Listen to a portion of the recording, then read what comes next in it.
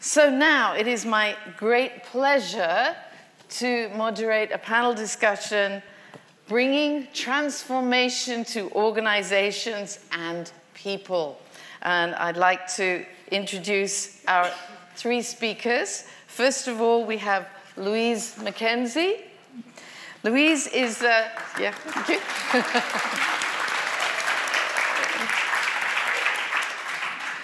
Louise is the Director of Workforce Transformation at the Ashford and St. Peter's Hospitals NHS, which stands for National Health Service, Foundation Trust in Surrey, with over 24 years of experience within HR and organisation development. Now, I'd also like to introduce William Eastman, who is with us in spirit, but not...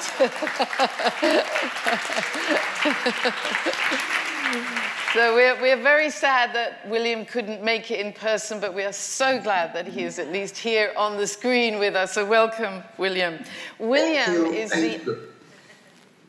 Go ahead, William. Thank you. Thank you.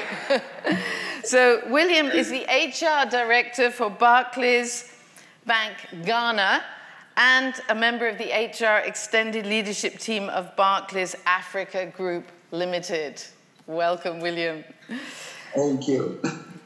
And here on my right, we have John Cresson. John is the Learning and Development Partner at NG Bailey, the UK's largest independent engineering, IT, and facilities services business. Now, yesterday we had two presenters from NG Bailey, so we're going to look forward to John expanding and telling us more about what goes on at NG Bailey's. All right, and for those of you who are new today and who don't know me, I'm Elizabeth Handover. I'm one of the Lumina Learning Partners in Japan. I don't look Japanese, but I've been in Japan for a long time, so okay, let's get started. So I'd like to start by asking each of our panelists to talk a little bit about themselves, their background, their organization, and their role within their respective organizations. And I'd also like to mention that, of course, we've got a lot of people from overseas locations, and that maybe, for instance, if a little bit of explanation about what an NHS foundation is might be really helpful for everyone. Okay, so yes, Louise, would you like to tell us something, a little bit about your background and your organisation and your role within the organisation? Sure. So welcome. Good morning, everybody. My name is Louise McKenzie. I am the HR Director, is probably a term that you're more familiar with, at a hospital trust in Surrey. So we employ about 4,000 members of staff. The NHS as a body is something like the third or fourth biggest employer in the world, but we then break down into separate employing organisations. So my organisation is an acute trust, so that means that we deliver hospital services that you would be familiar with. We employ, of course, doctors and nurses, but we also employ a huge range of other clinical members of the team and support staff. I've worked in human resources for 24 years. Obviously, I was a teenager when I started. But I've worked in my current role for 5 years, which is quite a long time to be in a single NHS organisation. People tend to stay for 3 to 4 years and then move on. I am an executive director, which means I sit on the board of directors and have an additional role to that as an HR director. So I'm also responsible for the running of the organisation and the hospital, accountable for the patient care, and sit with my non-executive directors as a unitary board member. So I have two hats that I wear. Do you want me to talk about Lumina, or should we come on to that in a minute? We'll come on to that in a minute. Yeah, thank you, Louise. Okay, William. Hi guys. Hi. So my name is William Eastman. I work for Barclays Bank. I don't think I need to introduce Barclays Bank to you guys. You know about Barclays Bank already. I've been in HR for the past 17, 18 years. And it's my career basically has spanned the public sector, the non-governmental organizations, and into the financial sector. Did I train as HR? No, I trained as a diplomat. Actually, that was what I wanted to do until where I first cut my teeth in HR. My boss then said, no, William, I think you're cut for HR. Pursue HR. And 18 years down the line, here I am. In my current role, I see myself first as a business leader to ensure the sustainability of the business, because without the business, there can't be people. So my role first is to ensure that the business is sustained for generations to come. Then also, mine is to ensure that we staff the business with the right colleagues, right skill set, the right capabilities, ensuring that we have the right people in the business, and also to ensure that we create a culture that brings people back into the organization. What we have realized is that there's a lot of thinking out there about the organization, delinking it from the people within the organization. We need to understand that the organization is made up of people. And so whatever policies, whatever strategies, whatever framework we put in place, think about it, it's about the people in there. So long and short of it, this is William from Ghana, in Africa. Thank you very much. Okay, thank you, William, and thank you for bringing people to the forefront. And in a few moments, we'll hear more about what you've been doing to make your organization into a really people-focused organization. Thank you. I'd like to turn to John now. And can you tell us something about NG Bailey? Because I think your company is a little bit unique in the sector, right? Yeah, okay. So I've been with NG Bailey for a little over 2 years now. As Elizabeth said, and my colleagues Becky and Jennifer said yesterday, we're the UK's largest independent engineering services organisation. Our vision, our mission, if you like, is to create exceptional environments for present and future generations. And the way we do that is through 3 operating businesses: construction engineering, facility services and IT services. And I work as part of the learning and development team, trying to support our people, help our people be the best that they can be, so that we can do that.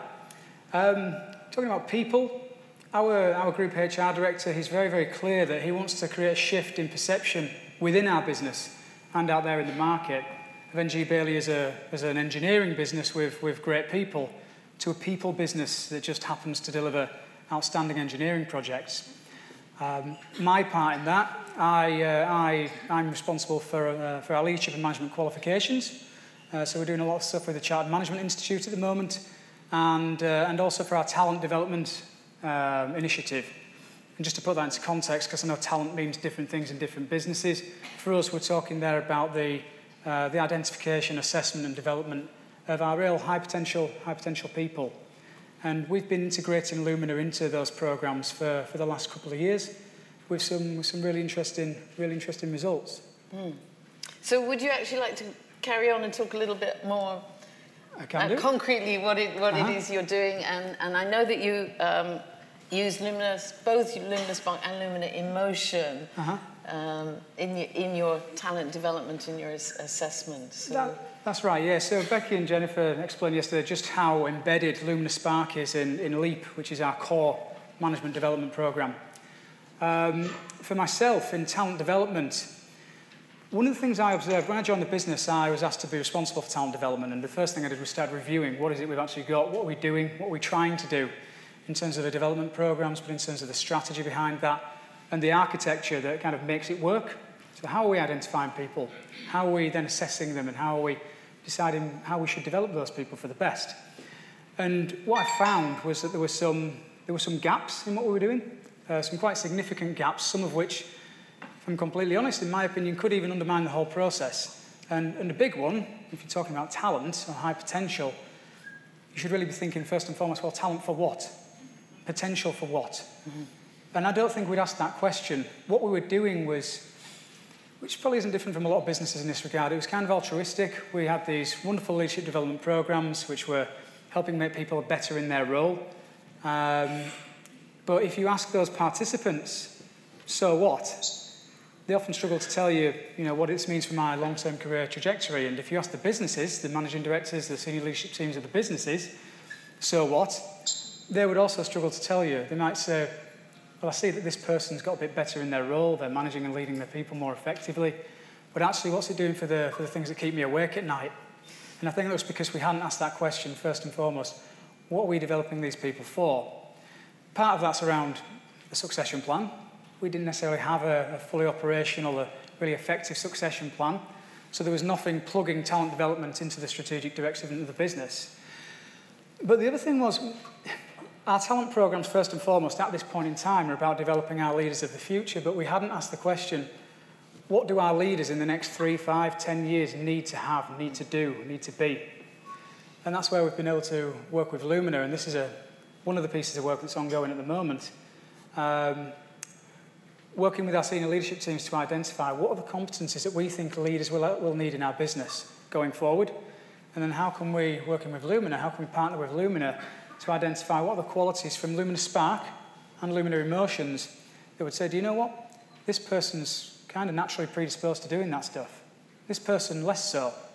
And that doesn't mean that the person who's less predisposed doesn't get any development. We have something for everyone, and we're very, very clear about that. But while we do spend quite some millions on people development every year, that budget is finite. And if we can put a certain amount of money into one person and get them right up there, then we need to think carefully about what we're doing for those guys and for the people who are less hardwired to be doing the kind of things that our leaders need to be doing. Does that give you a flavour of it, Elizabeth, would you? Yes, thank you, John. Thank you. Thank you very much. And I think that also speaks to what we've heard a lot yesterday also about, customizing, right? Making Lumina work in different ways in different organizations, and the extraordinary, if I may say, sort of flexibility of Lumina learning tools to be able to support hopefully every organization. So thank you for that.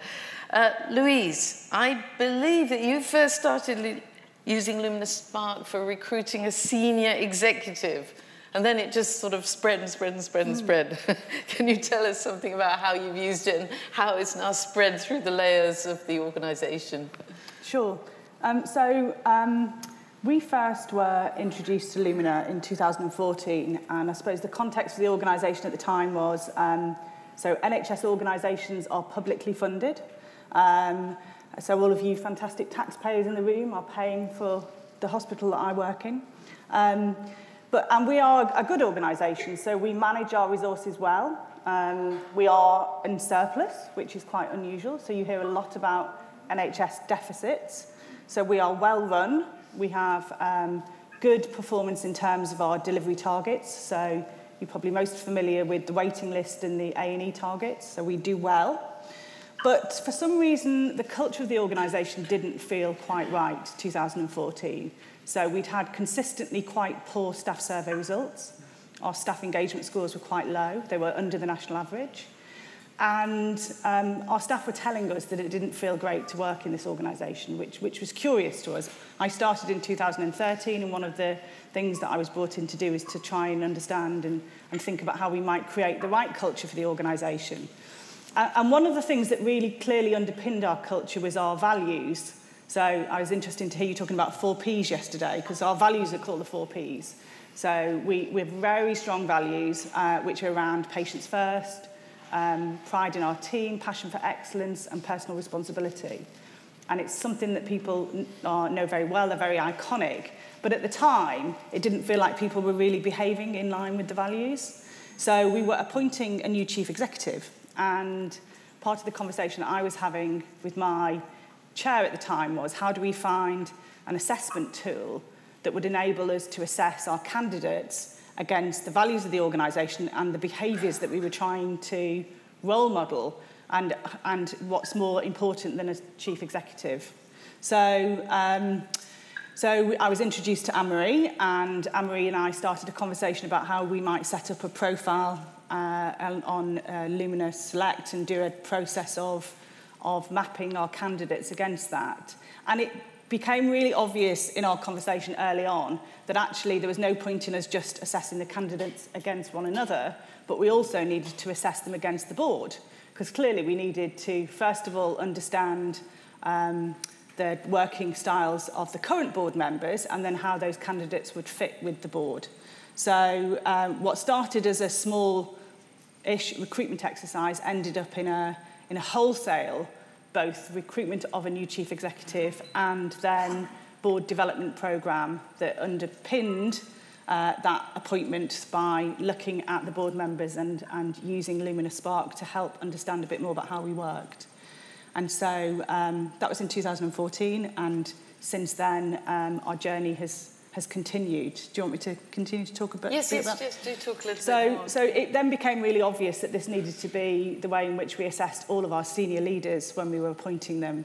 So our divisional directors, who are our most senior doctors that come in and lead those divisional teams, our divisional chief nurses, who are, as you would expect, our most senior nurses, and our managers. And so through each recruitment process, as we find ourselves with vacancies or knowing that we might have some vacancies coming up, then we were using the Lumina tool to assess candidates against that. But what became obvious to me was the value was mostly when they were appointed in a coaching conversation about what that meant for them and how they might then use their Lumina reports as part of their personal development planning. So our conversations as a senior team started to think about how could we use Lumina as part of a broader development piece.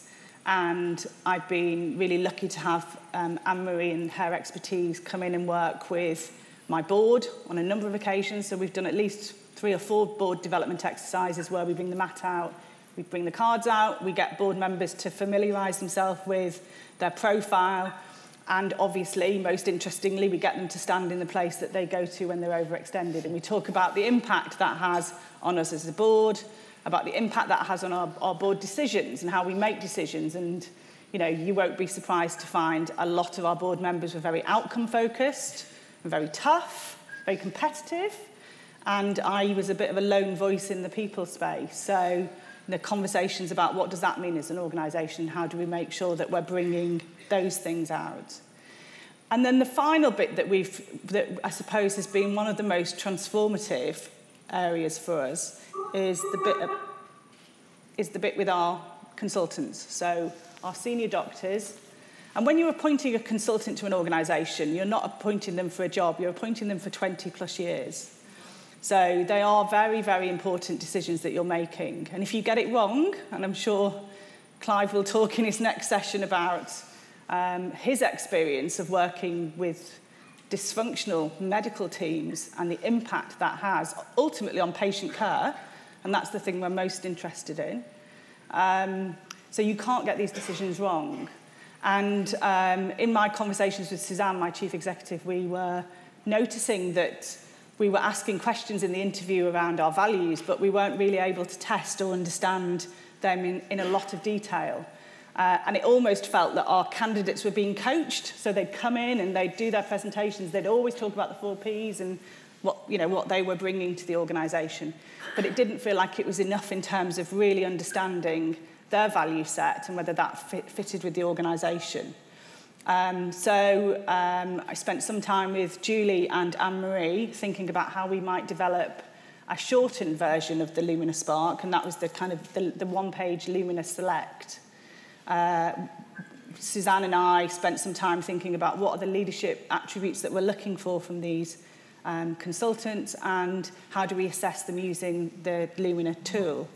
And we created a one-side summary that we now use with every single consultant appointment panel.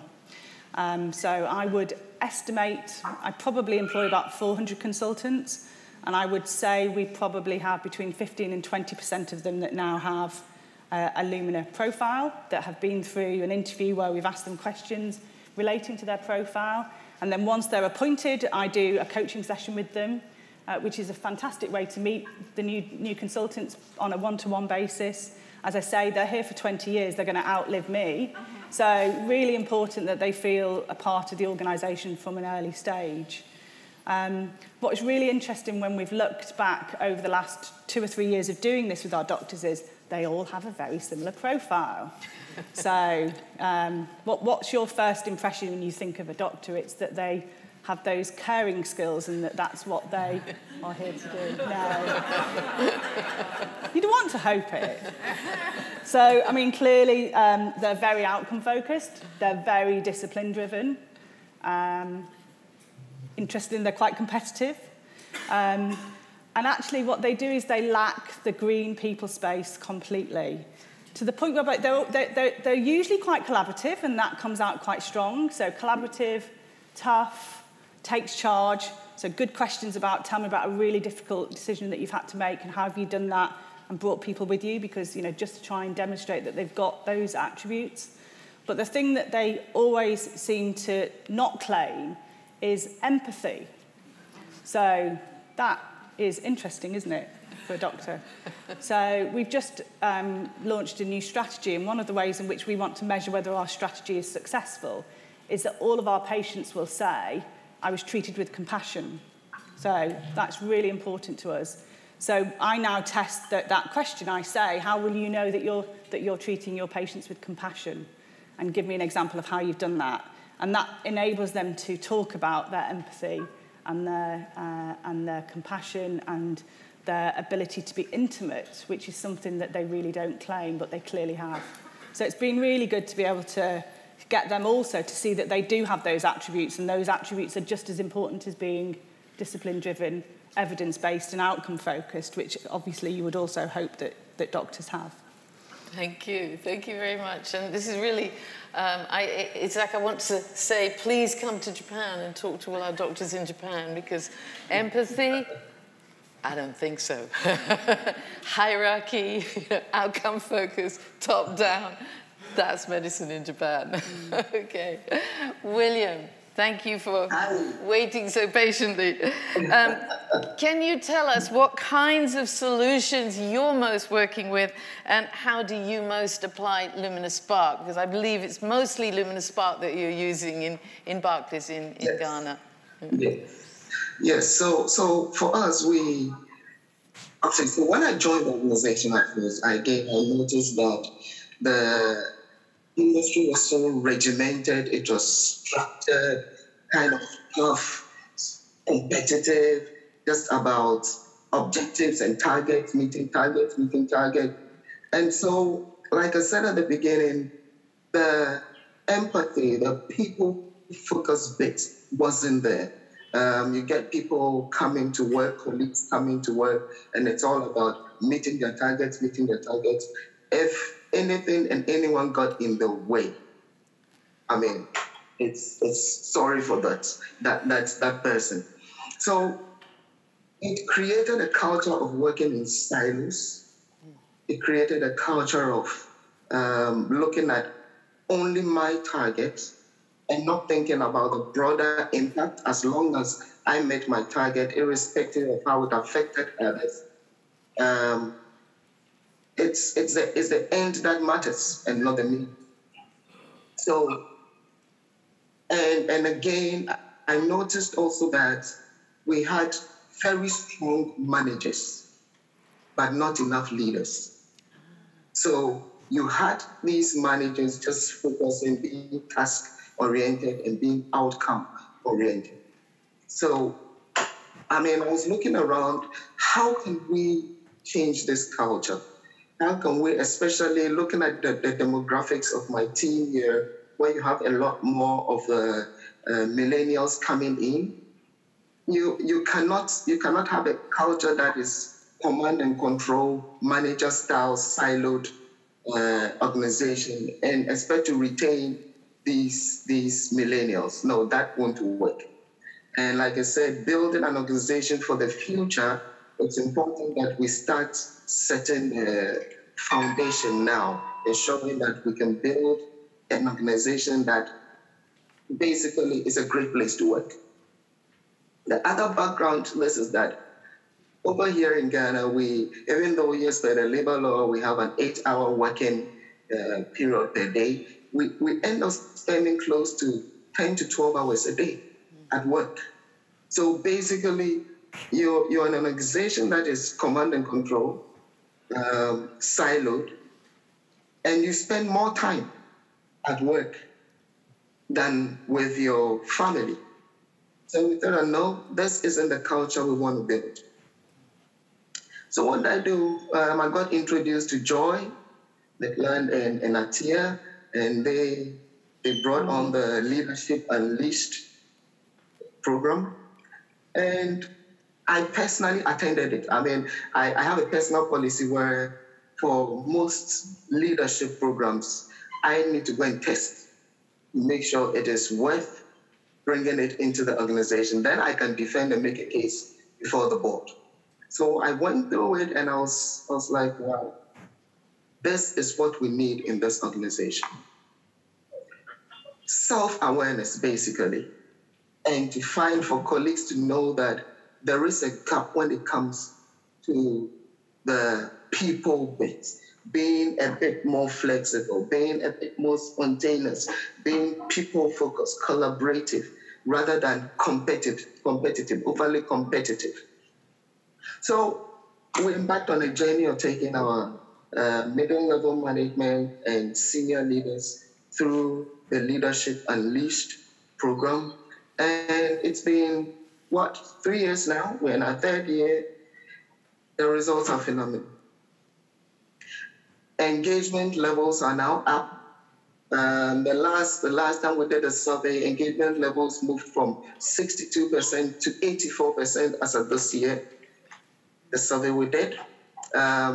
Retention has risen to almost 98%. In fact, when I joined the organization, turnover was between 7 and 10%.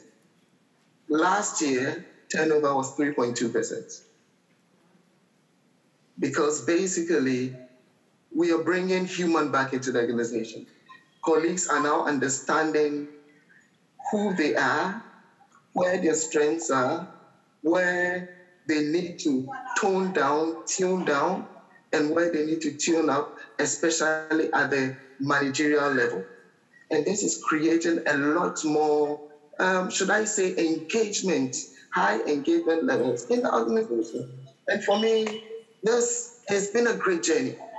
And it's a journey we will continue to embark on as we go along throughout the years. I mean, our relationship with Lumina is set, ready, and we are not going back on this.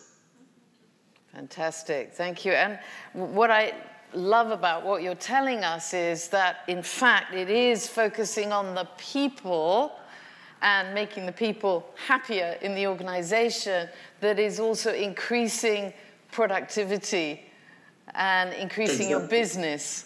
Right? I think, exactly. Yes. So just to add that over the last 3-4 years, we've always been 4th or 5th in the banking industry. Last year, we went back to 1st. Wow, yeah. Great, yay. So all the metrics are pointing north. And I guess it's just bringing people back into the organization. Yes, thank you. Again, that's another message I wish you could bring to Japan for us. Okay, thank you. Now I'd like to turn to John. What do you think, would you say, are the biggest benefits and change that your solutions have brought, your Lumina solutions have brought to NG Bailey's? Okay, so from my perspective, as part of, with the talent development piece in mind, I've just rebranded it My Journey, actually, to make it a bit more something people can take ownership for and feels less exclusive in some ways. I think the biggest one, we weren't assessing potential. So I said, what we want to do is we want to know, what do people need? High potential for what? Talent for what? We were actually assessing performance. And again, I don't think we're any different to a lot of businesses in that regard. To not every business, certainly, but a lot of businesses. Our traditional top-down senior management approach to nominating people for these programs has its uses. It's a good place to start. But it wasn't telling us what we needed to know. They were looking at people and thinking, well, this person's performing well, this person's like me. Being a little bit cruel there, but you get the picture. And that's how selections were being made. Okay, so we're getting the same kind of people on these programs each time. What we've been able to do with Lumina is work to put together a bespoke solution that helps us to actually assess potential. So at the moment, we're going through a process of working with each leadership team to say, right, here's a shortlist. It's kind of a long shortlist. Julie Ensor kindly gave me a long shortlist, a long list of competencies, leadership competencies that, from Lumina's research, shows you this is what the best leaders use. This is what the best leaders do. So moving away from the stuff that we've got a lot of in our business around the outcome-focused, attention to detail, evidence-based, all that kind of stuff, to resilience, to really highly honed interpersonal skills, self-awareness, introspection, the capacity to drive delivery even in the face of resistance, and to have the self-awareness to know when you're actually digging your heels in, you know, when it's actually not helpful, but when you know that this is the right course of action to make it happen. So we're going around our leadership teams at the moment with a short list of these competencies, and our leaders are making their selections. What we'll be able to do when the application and assessment process happens now is assess, from a Lumina Spark and Emotions perspective, who's got the traits and who's got the emotional intelligence stuff underpinning all of that to occupy a senior leadership position in our business in the future, because we recognise we need to make that shift. So I think one of the biggest things is helping us make that transition from just identifying and assessing people based on performance to really looking underneath the skin of that and saying, okay, but what's this person's potential for more? There's been an imperative to do that this year. We've just introduced self and peer nominations for my journey for talent. And the rationale behind that is, with the best will in the world, people are going to get missed if senior managers are making their nominations and that's it. Whether that's because there's someone who's underutilised in a role and they're not performing all that well as a result, whether because a manager wants to keep them hidden for whatever reason, you know, they might not want to lose them, or who knows. But people are just not recognising what they're looking at. So a window closed last Friday for self and peer nominations, and we've got a really good response to that. Now, if I sit there and think, okay, if one of you guys is one of the managing directors of our business and you've made 6 nominations, and I come to you and say, after the application and assessment process, only 2 of those people have made it through, because these guys who nominated themselves, they've scored better on a bunch of tests. You can imagine what that conversation is going to be like, and it's not going to be an easy one. And, you know, we're not all about having easy conversations. We want to have tough conversations, but I wanted something evidence-based, something robust, something that I could say, recognise you may be disappointed. However, these are the things that you said our leaders need to have going forward in the next 3, 5, 10 years. Your nominations scored this way, and these people scored this way. And that's based on something evidence-based, something with science behind it. So it may or may not make those conversations more easy, but it will certainly give us, it'll be educational, it'll be developmental. So those conversations with those directors will be, it's going to be based on something, and actually we can say, okay, so what is it that you're seeing? When you think you're seeing potential for these things, what are you actually seeing? So over the period of time, we'll be able to improve the quality of those senior manager nominations as well. And, you know, maybe I thought this might be kind of there's some quick fixes here. I think this is going to be a 2 or 3 year journey to educate people in that way and to continually refine the process. But the big thing for me is having something evidence-based that can tell us, based on people's predispositions, based on their natural traits, based on how likely they are to overextend some of those strengths and what the absence of certain qualities means, this is how people stack up in terms of what we think we need from our leaders going forward. And yeah, I'm very much looking forward to getting it finished, actually, and giving it a trial run. I think Julie's fully expecting some information from me before too long. I may have actually passed my initial deadlines, but we'll get there. And can I just add another little question in there? Do you think that it will also impact the gender equality of promoting leaders through having this very objective and evidence-based process? I think it will. And one of the things that tells me that is that I did another piece of work with Anne-Marie and Julie last year around, this was a build last year on last year's talent assessment process, and we put together, again, a bespoke tool that would help us assess people's behavioural competency profile fit. So again, using Spark and emotions, here's our behavioural competency framework, which Jennifer told us a lot about yesterday. So again, what does this mean for you? Which are you naturally predisposed to be strong at? If you're really strong, how might you overextend? And if you are missing certain qualities, how's that going to undermine your ability to display our behavioural competencies? What we did, it was really quite interesting. We went around the senior teams of the business and said, who are your stars? Undoubtedly, unquestionably, who are the stars who, in your opinion, performance is exceptional, and they clearly exhibit these behavioural competencies to a high standard. What we found when we ran the tool on these people was that actually we were seeing something that tells us why our culture is so strong in some areas and why it is so strong and not exactly what we're looking for. And again, it's this thing around people not necessarily seeing what they think they're seeing. What they be seeing, how do they think they're seeing the behavioural competencies when they're actually seeing something else? Or actually, do the behavioural competencies go out the window when it's about delivering? And we're not sure where we are on that just yet. But yeah, when it comes to fairness, inclusion, respect, diversity, the approach we're trying to put in place is absolutely we're going to have to trawl our business a lot more deeper and more breadth and more depth than we have done in the past to get those qualities that we're looking for. Because the approach we were using prior to this, as I say, it's been yielding the same people, the same type of people again and again and again. And there's nothing wrong with that. Those people are very, very strong, and they're the people that are getting the job done, and they're the reason we're very successful in our industry. But where we're going, we need something a little bit different, and we need to think a bit more broadly about who is going to be developed. And people aren't just assessed, by the way. We're not just running these tests on people and tests. We're not just running these questionnaires and then scoring them. Each person, regardless of whether they make it through one of these programs or not, whether they make it through the assessment or not, again, they'll have a one-to-one coaching conversation around Lumina Spark and Lumina Emotions. There'll be detailed feedback on the relative strengths and development areas that they need to think about if they're going to make a future application. And what we're finding, far from it being wounding, which a lot of people thought it might be, it's actually making people really driven and really they're aspiring to get through next time round. So it's been quite a powerful build. Thank you for sharing that. And I love the fact that you both share this wonderful thing that there's a lot of coaching going on, and so that even the people who don't make it still go away thinking, wow, I've gained something, I've learned about myself, I've learned, I think that's really wonderful. And the doors are always open. We might say, not this year, not this time, or not this, but we'll say, but here's how we can help you get into a place where you'll be more successful next time.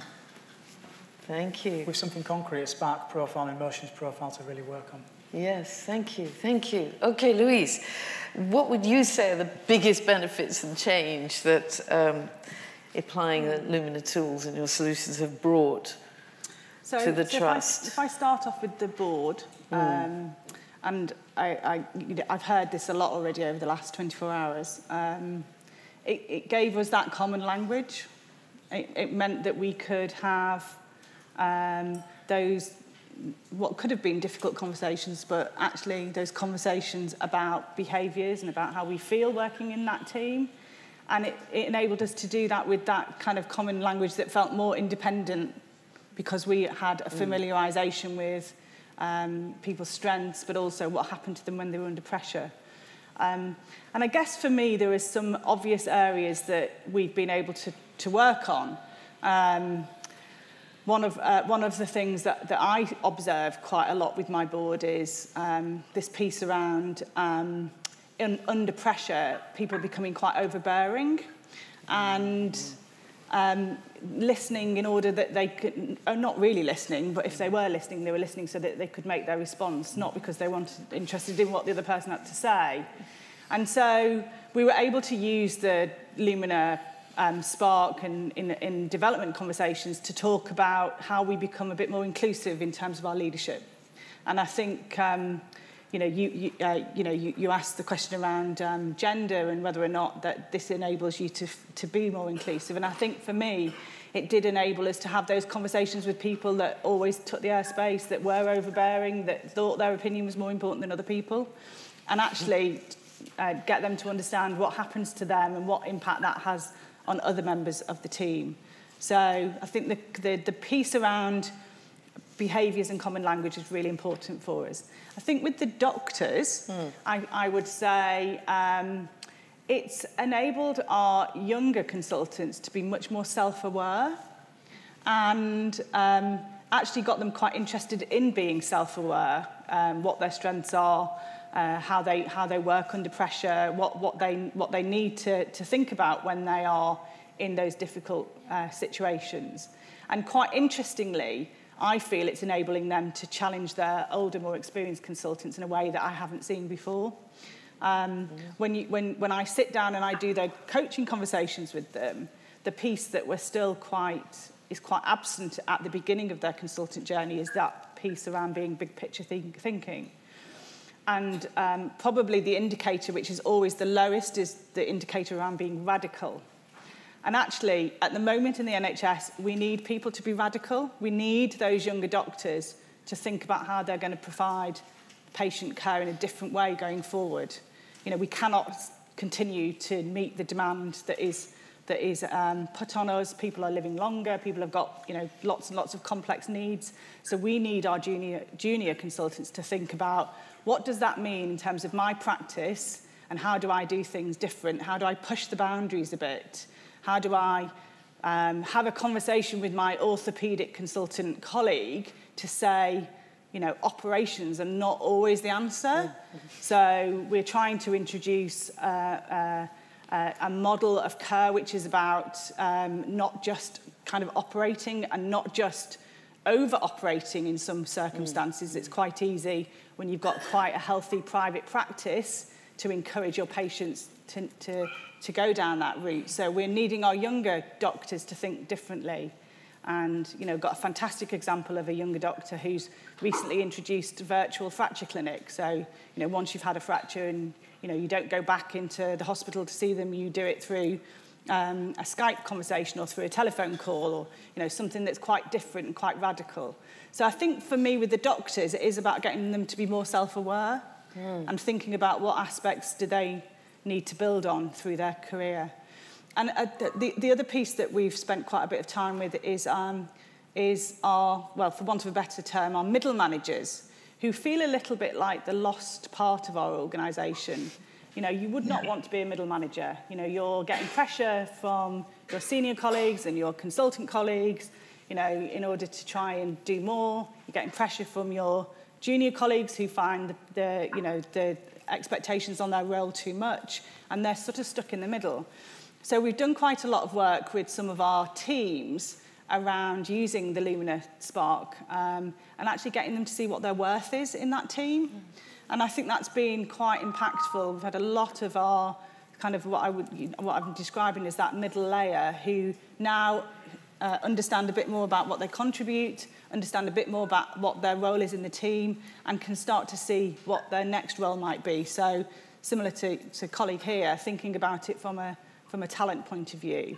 But I'd say that those are the kind of key ways in which it's made a difference. And obviously, if I go back to the earlier point about values and about engagement, we've seen that ongoing improvement in our engagement scores. We're now above the national average, and we've seen that increasing over the years and being able to sustain that improvement, which in the context we work in is really, really, you know, challenging, is a fantastic testament to a lot of the work we've done around culture, which includes using this tool. Thank you. William.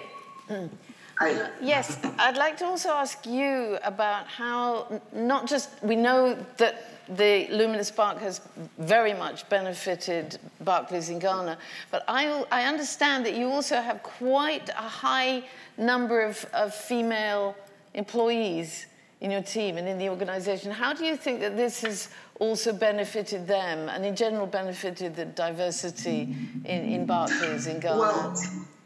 Well, so for us, we have almost an equal number of females to males in the business. It's 52 to 28% male, female.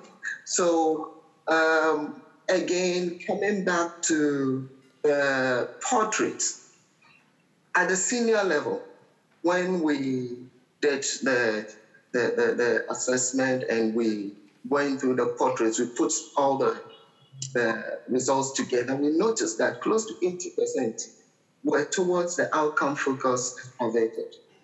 And just 20% were towards people. Again, it comes down to the self-awareness bit. And okay, so let me just say, my MD is female, my finance director is female, my corporate director is female, my legal director is female, my risk director is female. So, yeah. And you have HR being male, and HR is towards the people. And all these others are tuned towards the extroverted, outcome-oriented, discipline-driven.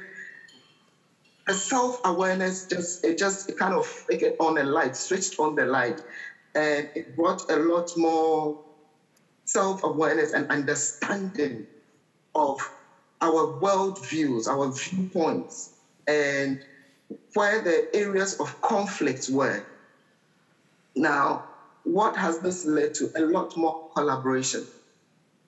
Great. At the senior management level. We now get to understand why someone would see things from such a risk, competitive, logical point of view. And you always have William coming in to say, guys, let's think about the people. It is people who are working in here. And you say, I have to meet my targets. I have to look at the governance piece. I have to look at this. And you're talking about people. And so there was a lot of conflict hitherto. But now there's a lot more collaboration. There's a lot more understanding, for instance, when I push that, okay, let's see how we can, for instance, increase the number of paid maternity days outside the legal maternity leave that has been given in the labor law. Made a case, looking at it from the people point of view, this was approved. So we have an extra 1 month for our female colleagues who go on maternity. That is paid. Yay, well done. We pushed for flexi working, which isn't something we do here. Remember I said that we work 10 to 12 hours a day. We pushed for flexi working. It took us a year. This was approved. So now colleagues can work from home. Colleagues can work from any other off-site station. They don't need to come to the head office, which is almost always, when you look at the radius, colleagues live about an hour to 2 hours away from the head office. Colleagues can now work from home. So this creates an environment where colleagues now feel that I'm working in an organization with a hat that thinks about me as a person. And because of that, it's going into their productivity and how we also deal with our clients. Because the colleagues are now also viewing the clients as people and not just looking at it from the target point of view. Well, is there any wonder now that our new to bank clients are increasing? The clients are now going to do a lot more business with us because we've added heart and people to the work we do. Basically, I would say that there is such a positive vibe in the business now. There is such people now consider work fun and a place to be. People look forward, colleagues look forward to coming to work. And for me, that is what we want to achieve. Wow. That's tremendous. I think your organization there is an incredible role model for many organizations around the world. I certainly think what you've put in place is probably way ahead of most organizations in the UK, I would think. That's really amazing. Thank you. So we have about 5 minutes, so I'd like to just open the floor now. If anybody has a burning question, well, the first one with a hand up, yeah, can you pass the, that's it, yeah, just in front of you. There we go, thank you very much. It was really inspiring to hear all these different people-focused stories, qualitative measures of success, given that our senior managers are more outcome focused. Are there any sort of quantitative measures that you have, more that affect the bottom line, that would measure success? I know that you mentioned engagement and you mentioned attrition, but is there more of the quantitative sort of measures that you saw that you could measure success when you implemented all the different Lumina learning solutions? Is that a question for myself, I am? Go ahead. Okay, so for us, with talent in mind, then successors ready, successors who will be ready in a certain period of time, we can see how that succession plan will start being filled. There's something around the cost of recruitment. If we're making more internal promotions, the cost of recruitment coming down.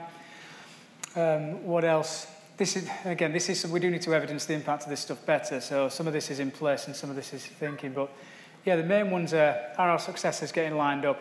And you mentioned diversity. What's the diversity of the talent? I don't want to call it talent pool, the talent stream. And we're working with a fairness, inclusion, and respect consultant to help us come up with different ideas around how we can measure that stuff. I think the main quantitative one is probably going to be around time to be ready for a new role, and the cost, the associated impact on recruitment costs, which we'll hopefully see reducing. Okay, thank you. Louise. So, interesting question. I guess for us as an organisation, one of our most important metrics is the patient experience.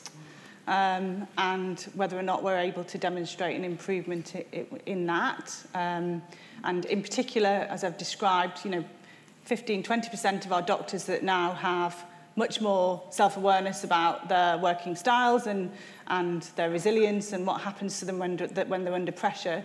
We are just going through a process of trying to find a better way of measuring our patient experience, but one of those things will be to look at, as I said earlier, our patients saying that they were treated with compassion, and that will be a really important metric for us. In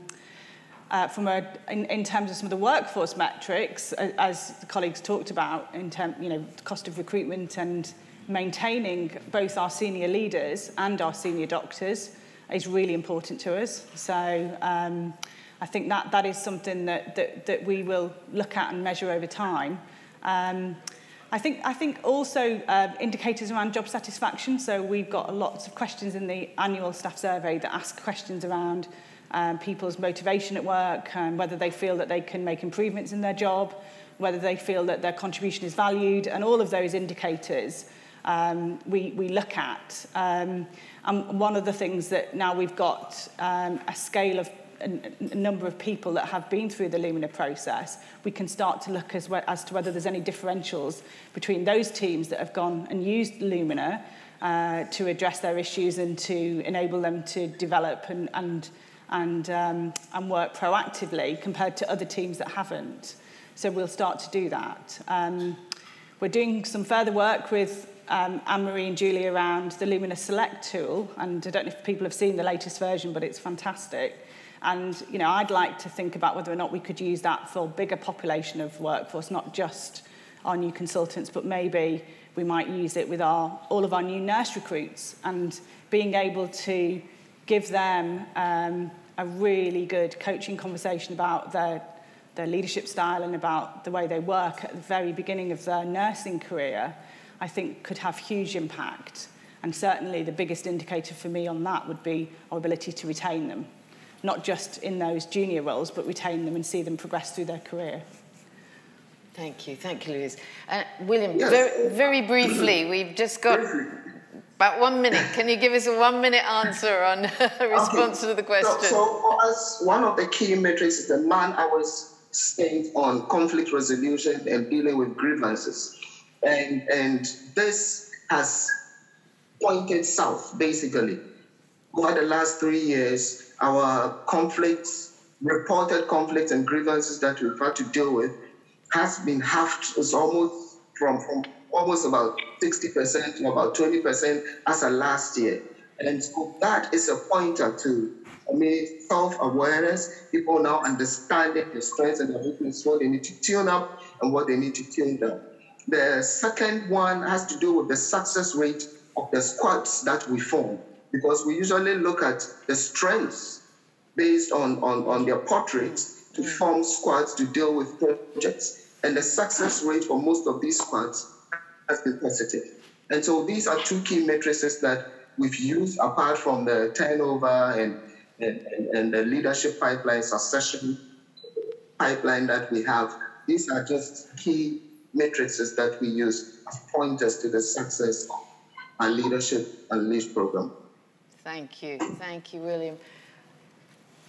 Is that, has that given you a good enough materials? I think what's for me personally, what's coming out of this question and conversation is that I think that all of us in Lumina Learning, we need to learn to be better about really going into organizations and being more convincing about the power and the solutions.